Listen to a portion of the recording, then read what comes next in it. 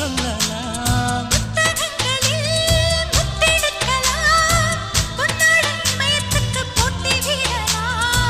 பூமிக்கு பொட்டு வைத்து பார்க்கலாம் பார்க்கலாம், பூவுக்கும் ஆடை தைத்து போடலாமா?